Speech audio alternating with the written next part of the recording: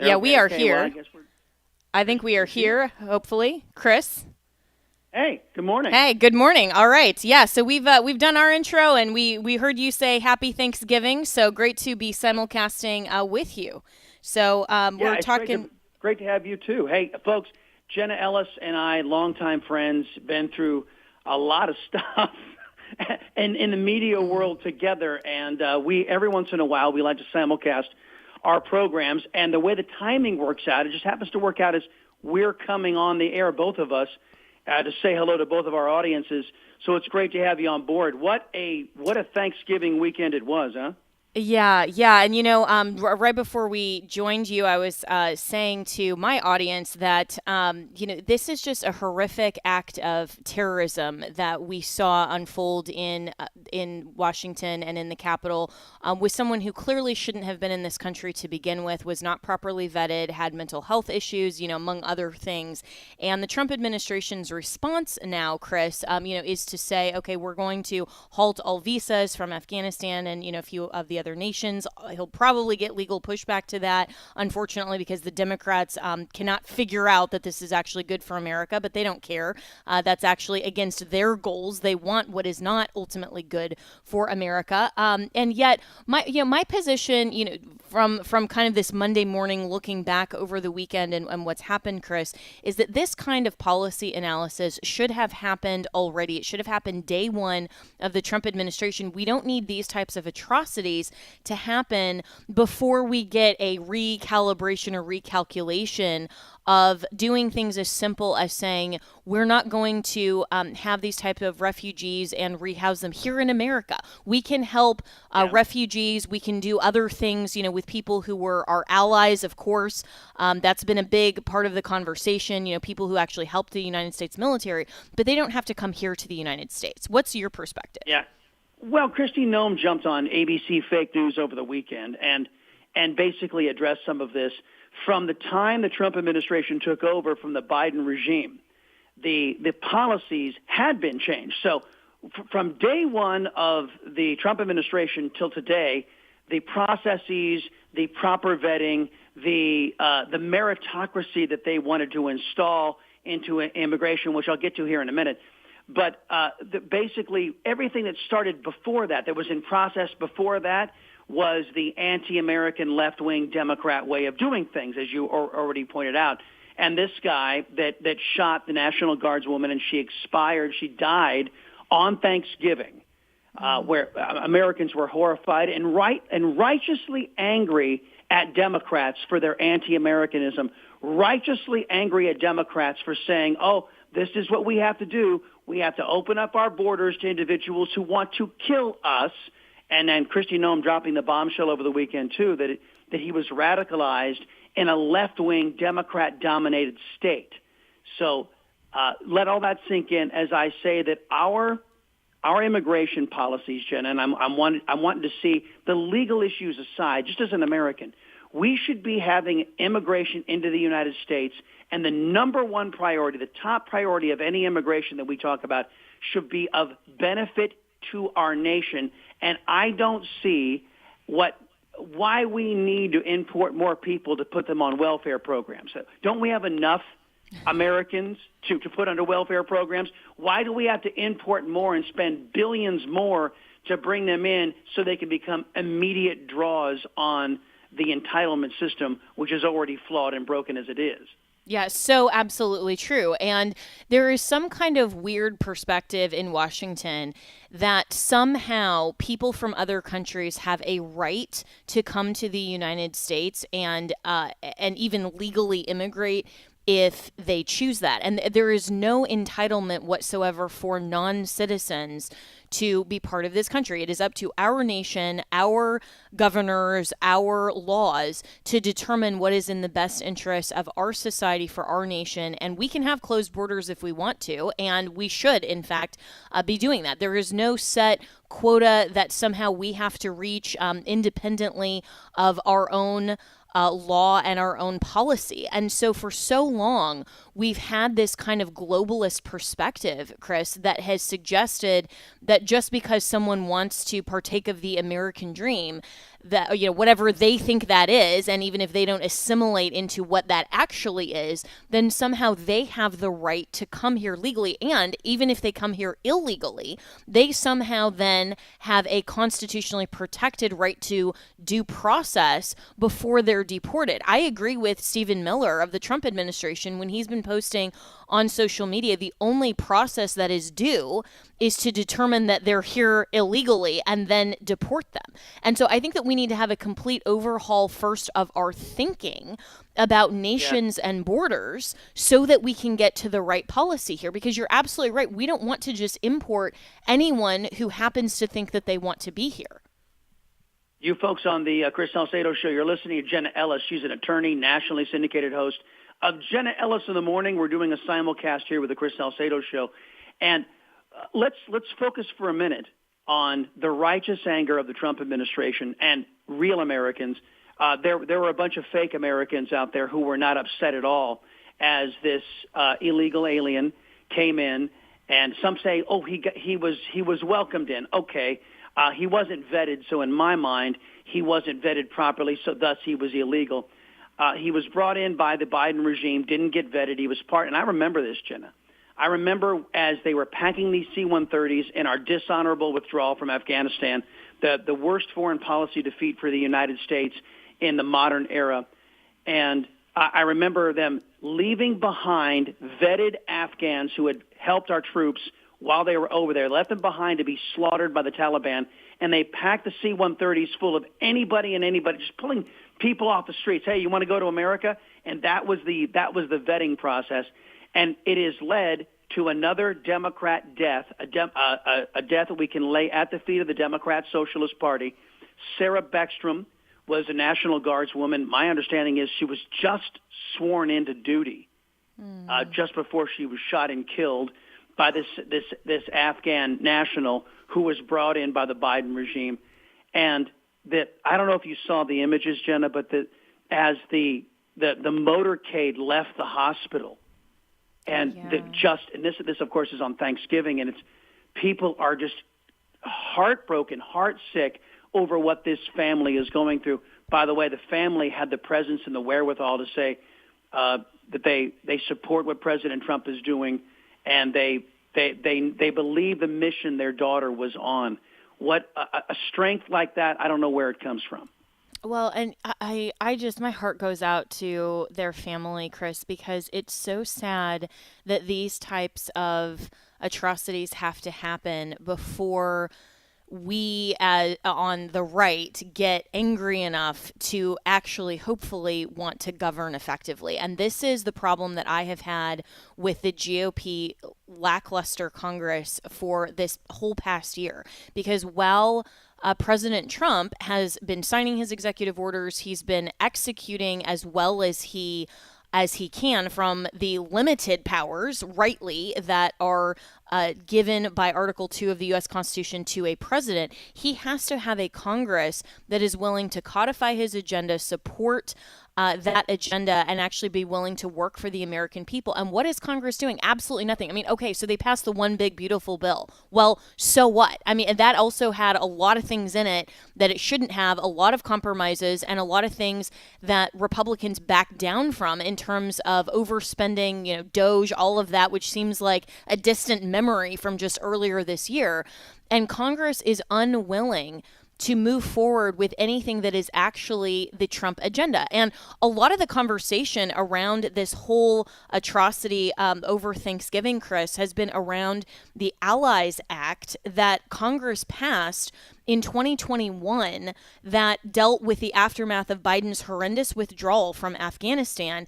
And yet only 10 Republicans, only 10, voted no on this. And this was basically a settlement and an expedited amount of visas that and vetting, but that was basically just a pretext for just allowing literally anyone in, including this this murderer now who shouldn't have been in the United States. And now you have people like Byron Donalds who voted for it, who's now running for governor of Florida, somehow suggesting, that he's not for the H-1B visas and he's for, closed borders and all this. And I think, but your record shows otherwise. And I'm so sick of Republicans, and he's not the only one. I'm so sick of the Republicans in Congress that do not want to govern, that go along with Democrats every step of the way. And then when they get called out on it for their record, they just say, well, now in the midst of this, for this news cycle, we'll be against open borders for this news cycle until people stop yelling at us. And then they'll go back to doing absolutely nothing. This party does not want to govern, Chris. And that is the problem. And Donald Trump needs to call it out. It doesn't want to govern. I don't think it can. I don't think the Republican Party, the way it's currently arrayed with its current set of values or lack thereof, has the ability to govern. Our buddy Chris Hinkle, he's a former FBI agent, I think put it best this morning. I retweeted this. What you will also see are, quote, representatives, or like our Senator John Cornyn, who also voted to bring these unvetted Afghans into our country, what you will see are representatives running for re-election that did nothing substantive during the time Trump was out of office, now running on Trump's successes via executive orders, and then claim a partnership. You're absolutely correct that all the Republicans did was overspend more money with the big, beautiful bill, and that's all they've done. Senator Kennedy took to the Senate floor, and we played this soundbite before the Thanksgiving holiday, and he was saying, why are we not back to work? Why are we sitting on our butts for 5 months doing nothing on a second reconciliation bill? He says it's going to take months if we start today to get that done.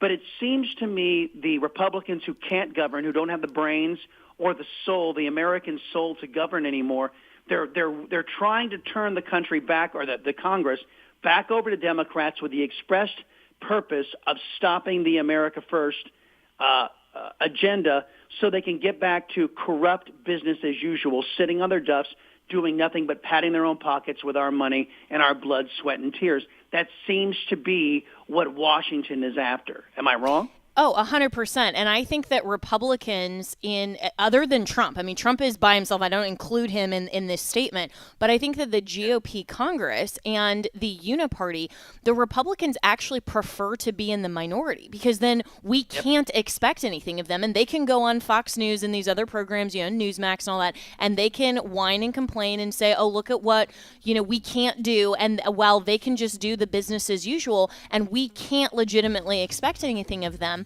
And it is going to be absolutely ridiculous, Chris Salcedo, if we lose the majority in Congress because so many members of Congress are resigning while we have such a slim majority. And if Speaker Johnson loses his gavel before we even get to the midterms, we've got to take a break here. We're simulcasting with Chris Salcedo on his show, the Chris Salcedo Show out of Texas. We got to take a break here. He's taking a break, but we'll be right back with more and continue this simulcast right after this.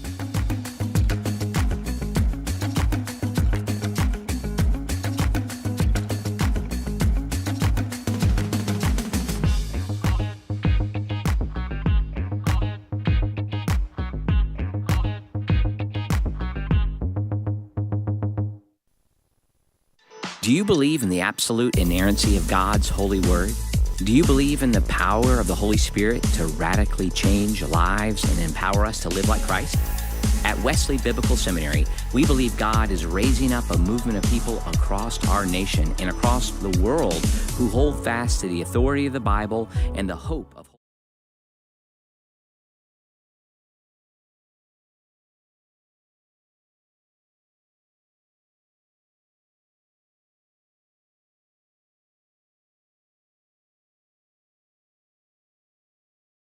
certificate programs and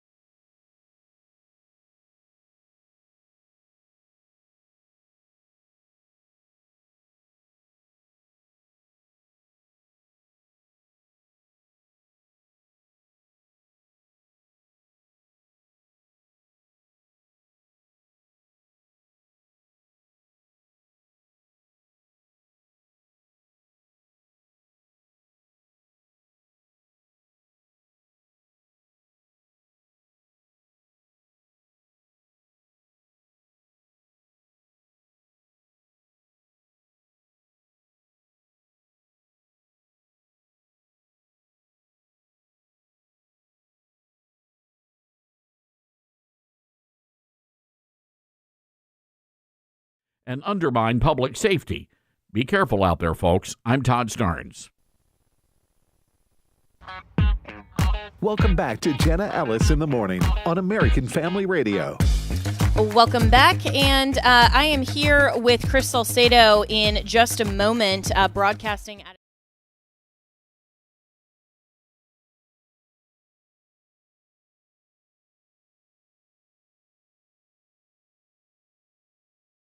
listeners there out of Texas and elsewhere can get the benefit of the merging of both of our programs. And I've known Chris Salcedo for, many years. And we were former colleagues at Newsmax when I was a contributor there. And, of course, when I was working for Trump in the previous campaign as a senior legal advisor, frequently joined his program. He's a great Christian and also a great political commentator and someone who truly loves this country. And this matters in the scope of the news cycle today. And it matters, in the scope of the 30,000 foot perspective of every day of the news cycle, because it matters that we have a policy perspective from people who genuinely love this country. And it seems like Congress just for some reason isn't there. And I'm told that Chris Salcedo's show is back. Yes, from their break. So we are now merged. And Chris, welcome back to the AFR side. And, before the break, we were talking about this just horrendous atrocity of the Afghanistan shooter, the Afghan national that shouldn't have been here, clearly has mental health issues, clearly was not vetted properly, and took the life of a 20-year-old National Guardsman out of West Virginia who was in D.C., horrific for her family. And now the Trump administration is calling, for policy changes, but the GOP Congress is doing nothing. And I was saying before the break, this would be the most GOP thing ever to lose in the most pathetic way possible. If more GOP representatives keep resigning, like Mike Johnson is going to lose his gavel even before the midterms. This is how pathetic D.C. has become in the Republican view. You might remember something called the Tea Party.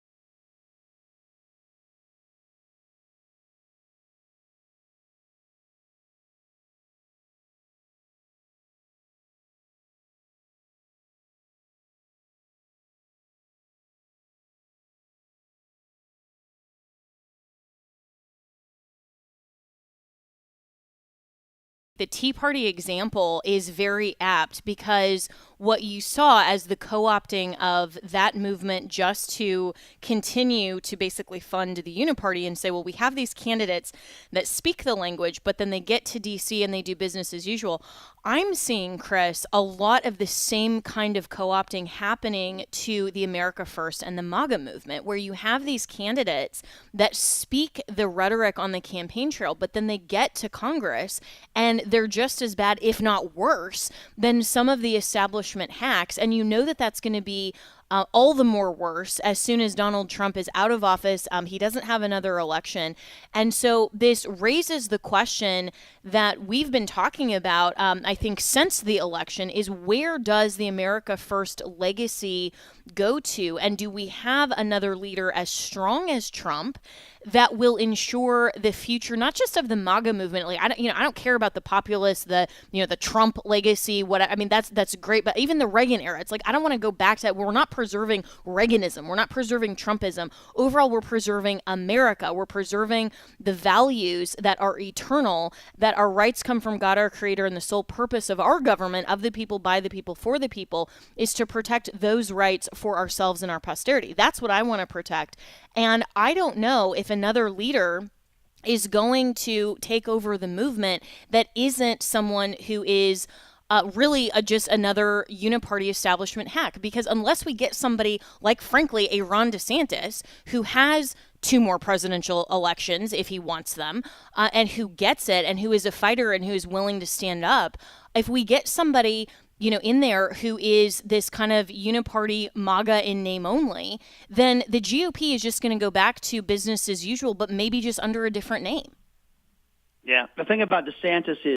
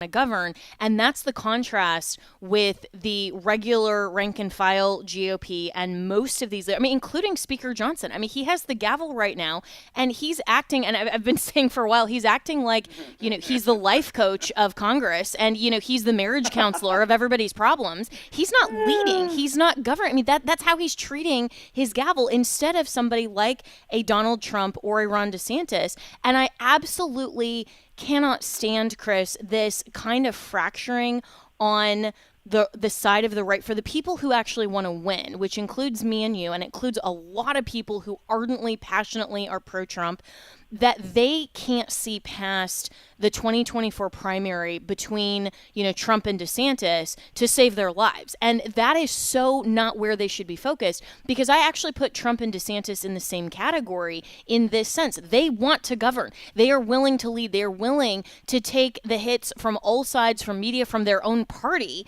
to stand up to do what is right for America and to actually lead. And so that made them fierce opponents, because they were fighting for ultimately the same thing. But now they're on the same team. And I mean, they talk frequently. And I know this, from DeSantis personally, and he comes on my show quite frequently.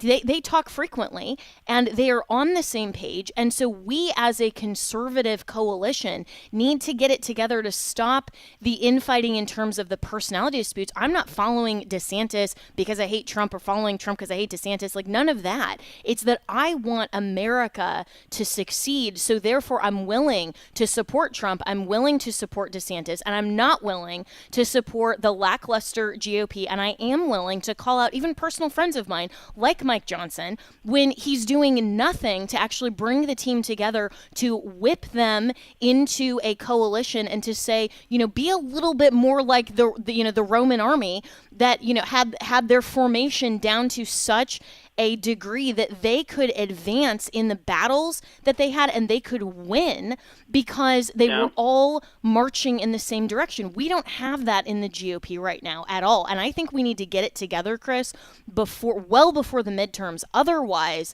the 2028 election is going to see a worse splintering and a fracturing of the conservative coalition, I think, like never before.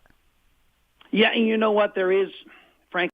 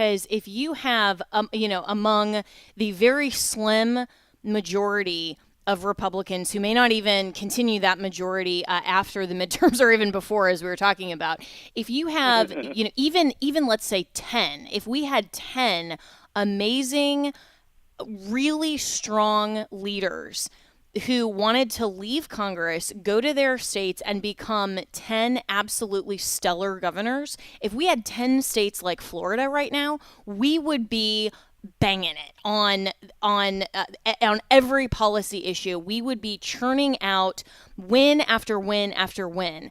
And we would have a completely different America than if those same 10, as much as they may be, the fiercest advocates, were watered down in this pool of idiots in D.C. And so I am 100% for that. And not that we can just abandon Congress to the Democrats, not at all. And especially, while Trump is in office, if Democrats get the majority again, that the fake impeachments and all of this ridiculous stuff to just thwart Trump and to distract him for the rest of his term, that's going to happen if the Democrats get back in the majority.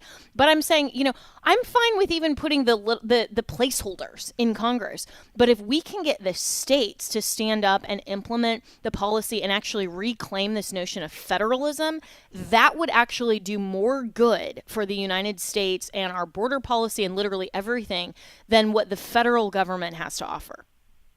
Got to pass on some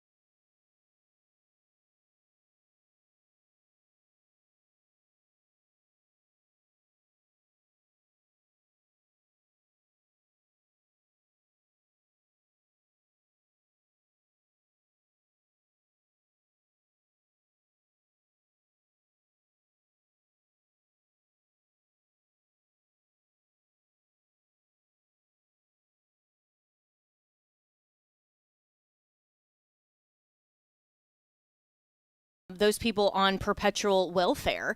Absolutely not. I am an advocate for the death penalty as a Christian because that not only is a deterrent, but that is the only sufficient punishment that is remotely appropriate for the intentional taking of a human life that is not justified, which is the definition of murder.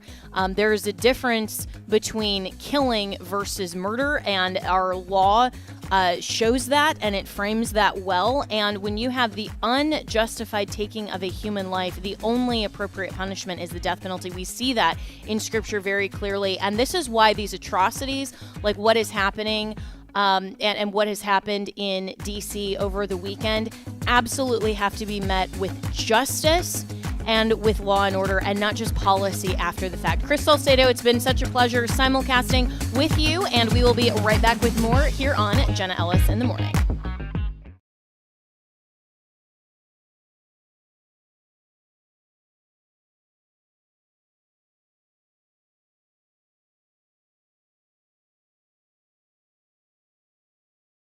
Encourages us to pause the gift wrapping and holiday decorating to reflect on why we celebrate Christmas in the first place. Join us for a special Christmas series called Celebrate the Savior, all this week on Pathway to Victory with Dr. Robert Jeffress. Weekday mornings at 6 Central on American Family Radio. Join American Family Radio for Faith and Finance with Rob West. As we think about the opportunity we have to steward God's resources, we realize that it's a high calling. It's an important responsibility, and our goal in that is simply faithfulness. Rob brings biblical insight to a variety of financial topics. He's joined by special guests and experts in the field of finances. Faith and Finance with Rob West. Weekday mornings at 9 Central. Find the podcast at afr.net. If you are 65 or older, you know this, inflation is hitting everyone hard right now, especially when it comes to healthcare. Over the last 10 years, healthcare costs have skyrocketed by, get this, 230%. If you have Medicare Parts A and B, you know there are still out-of-pocket expenses like deductibles and copayments, and they really add up. But here's some good news. MediShare 65 Plus is designed to fill in those gaps and help protect you from rising healthcare costs. At only $99 per month up to age 75, you get peace of mind at a price you can afford. And MediShare is trusted, too. It's been around 30 years. It's not some big impersonal thing. It's a community of people helping each other, business owners, pastors, retirees. People love it. MediShare 65 Plus just makes sense. To learn more, give them a call. They're great to talk to. They'll offer to pray with you each time you call, too. Call now, 833-45-BY.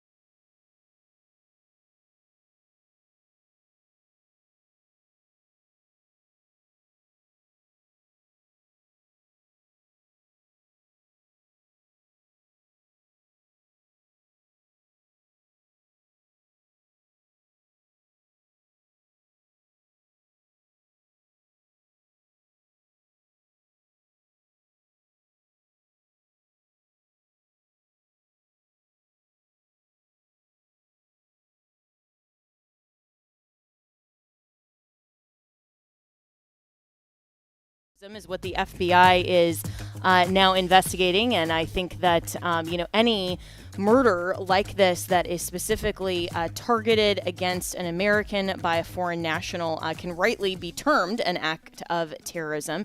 And the Trump administration has been contemplating changes to immigration and vetting, and this whole policy that really should have started before some kind of tragic event had to take place. So to continue to talk about this now, we're welcomed by Todd Starnes, who, of course, is a radio host of the Todd Starnes Show, has a great show on Newsmax, prolific author, wears a lot of different hats, but is also one of our favorite political commentators. So, Todd, good morning. And what do you make of all of this and the Trump administration's response?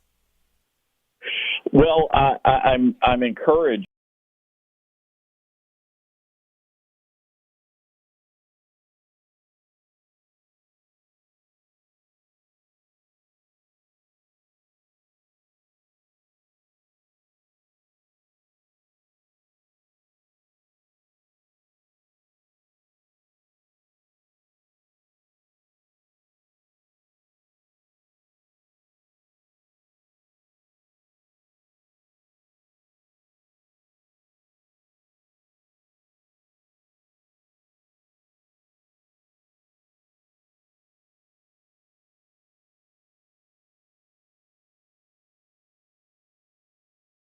A specially trained CIA operative. And the question I have, how many more of those people are lurking about? These folks do not operate in a vacuum. Someone who is trained to be a killer is supposed to be heavily monitored by the CIA.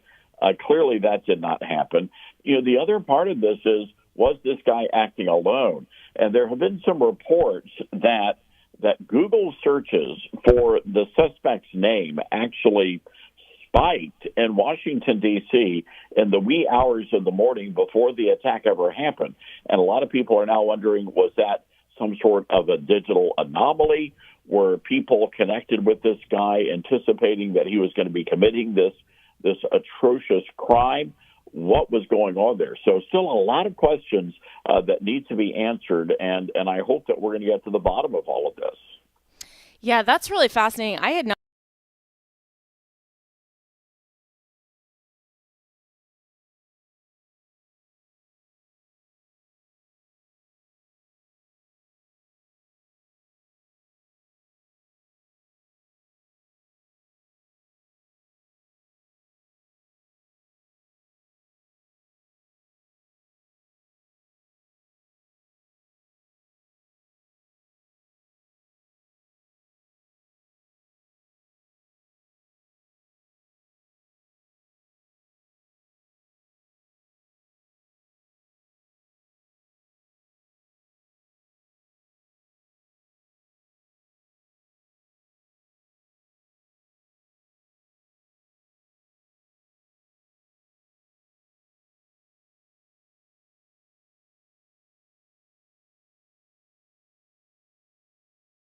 On my show the other day, we were in the middle of all this breaking news coverage.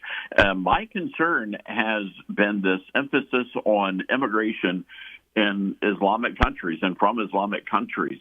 And the reality is, and this is where, American Family Radio becomes so vitally important, because I am very concerned about the Islamification of America. And specifically, Jenna, I'm very alarmed at the numbers coming into this country. We have got some places like Dearborn, Michigan, which have almost become no-go zones for people of faith. As a matter of fact, the mayor of Dearborn infamously said about a month or so ago, told a Christian citizen that they were not welcome in Dearborn anymore. So this is a danger, and I truly do believe that our country was founded on the teachings of the Old and New Testament, Judeo-Christian, and I also believe that Islam is wholly incompatible with Western civilization. Absolutely, 100%. And there is no question about that. And this should not be a matter of just the great melting pot in the United States and a matter of saying, well, like in the first Trump administration, how the leftists were squealing that, President Trump was targeting people from very specific countries that they said, this was religious discrimination or, some of those things that then, of course, there were all the legal battles about. This is a necessity in order to protect our borders, protect the safety of Americans. How many more Americans have to die at the hands of terrorists before we, on the conservative side, stand up and don't allow the Democrats' rhetoric to put our resolve down so that we can actually effectively implement some of these policy ideas. And I have no doubt, Todd Starnes, that any of these acts, Trump is going to get some legal pushback and suggest that the vetting process needs to continue. He has now said that all of the visas, even temporary visas from Afghanistan and a few other countries, and we'll get more information in the coming days, are going to be halted. And of course, the Democrats are going to suggest that he can't do that or there's some other kind of legal problem with it. But border security is the number one thing that not only is this administration and a government obligated to do, but this administration in particular, this was part of the Trump mandate. I mean, everybody across America who voted in Donald Trump and a Republican majority wanted border security and mass deportations and were very, very clear about that. And so I think that this should have happened a year ago, almost a year, as soon as Trump was back in office for a second term. This should have happened long before this incident even took place. And now we're seeing on the social media this whole issue with the Allies Act that so many Republicans, I think there were only 10 Republicans that voted no, which basically allowed very minimal vetting, if at all, for a lot of these Afghan refugees that are supposedly allies. But now it's coming out that, this guy who was the shooter had a lot of mental health problems and, of course, shouldn't have been in the country to begin with. Yes, and that in and of itself is a problem. And, we're seeing from the political side, there is now the administration is getting a lot of pushback from Republicans. Republicans, especially on the never Trump or establishment side of the party, see President Trump almost as being a lame duck president now. And I was warning people about this about 4 months ago, and when I realized really nothing is getting done up on Capitol Hill. President Trump is signing all these executive orders, but they weren't being codified, which is one of the biggest issues I have with the House Speaker. There is a serious lack of leadership in the House of Representatives right now, and we really have to develop backbones here and push through the president's not only a winning agenda, but an important agenda to save America. And when you look at the numbers of Republicans who signed on this plan to bring all these Afghan nationals into our country, I mean, it really is.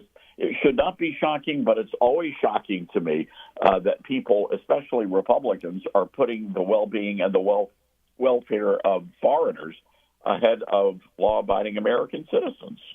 Yeah, absolutely. And I'm speaking with Todd Starnes, who is a radio host. You can find him at toddstarnes.com.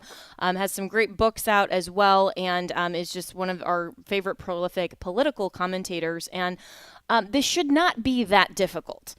This should not be that difficult for the majority in Congress to codify Trump's executive orders when they have the majority. And we've been screaming this, I think, for a year. And now we have, this incident and this horrific act of murder that is now prompting Americans even more to cry out for Congress to actually do something. And it shouldn't take that much, and it should certainly not take this kind of atrocity to get Congress to act. But I don't even see, over the weekend, Speaker Johnson, saying we're calling a meeting, Monday morning, everybody's coming back into Congress and we're making sure that we're going to do something about this. I don't care about the filibuster. We're going to remove the nuclear option if that's what it takes. I mean, it doesn't seem like there's any sort of urgency from Congress. No, there's not, and it's and again, that will have consequences. Tomorrow, there's a special election in Tennessee's 7th congressional district. Now, this is a district that went 22 points for Donald Trump in 2024, and the previous Congressman Mark Green won with nearly 60% of the vote. Green retired from Congress in part over some moral failings.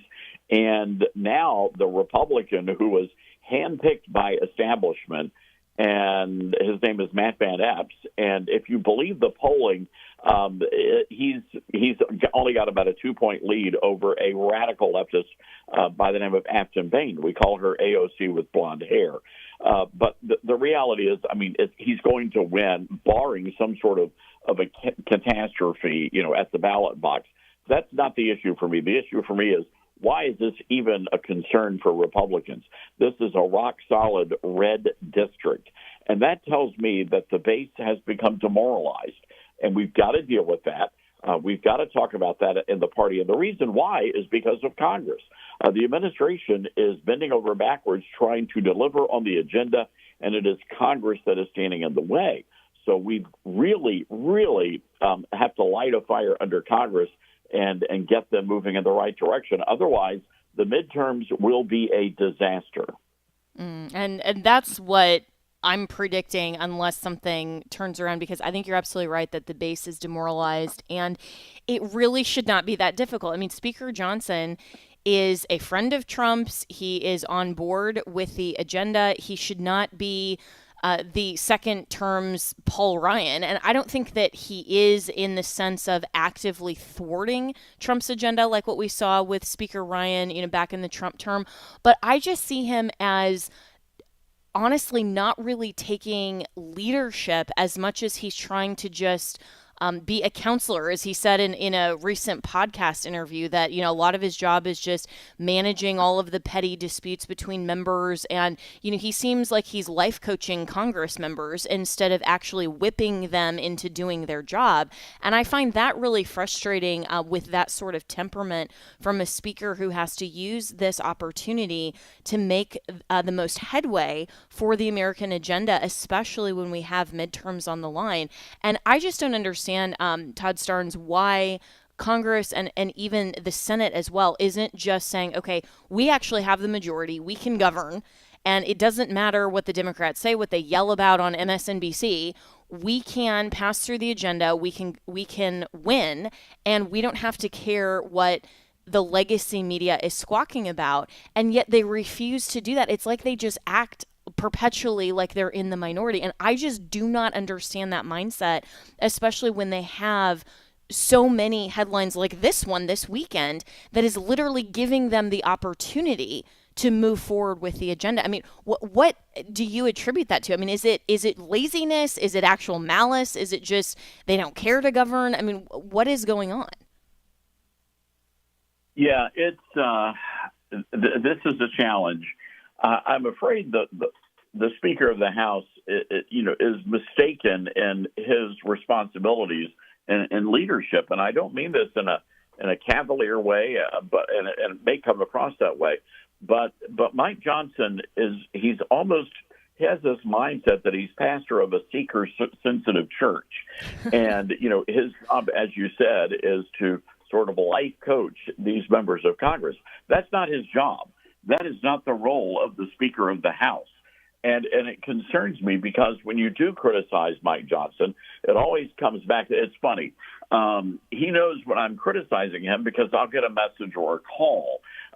But he refuses to come on any of my shows or sit down with, for an interview. And I find that to be fascinating because we've had literally every member of the administration, on my program, from the commander-in-chief himself, who comes on every other month, to, Pam Bondi and other high-ranking members of the administration. And yet the Speaker Johnson simply will not do that. but he will reach out when you've said something about him. And that tells me that he is very concerned about image, and he's very concerned about what people say about him. As Speaker of the House, you can't be concerned with that kind of stuff. You've got to have thick skin, you've got to be tough as nails, and you've got to ramrod the president's agenda through Congress and through the caucus. I mean, that's the role of the Speaker of the House. So he's got to figure that out. And if he doesn't, then Speaker Johnson is going to. And again, Jenna, the other frightening thing here is he could end up losing the Speaker's gavel before the midterms even happen if more Republicans retire or resign. Yeah, and if we end up losing the majority just based on resignation and literally just handing it to the Democrats, I mean, that would be a failure of epic proportions that even the GOP has not yet sunk to. But Todd Starnes, I agree. I mean, and Mike Johnson was a friend of this program, came on, regularly until he won the Speaker's gavel. We've invited him back. I know other programs on AFR have, and so it's very fascinating why, he'll go on some of these other programs, but he won't come on and speak with his friends. So keep after him, but I really appreciate your commentary, and that's all the time that we have for this morning already. But as always, you can reach me and my team, Jenna at afr.net.